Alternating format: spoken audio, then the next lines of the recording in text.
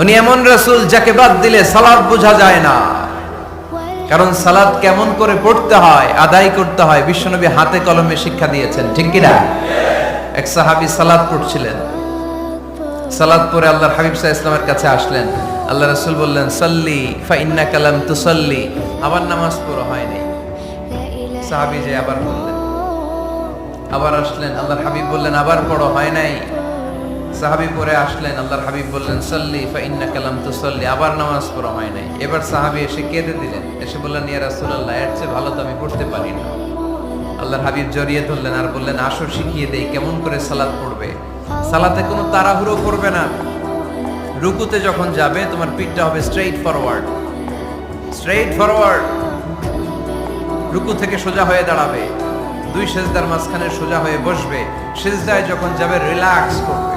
সালাতে কি করতে হয়?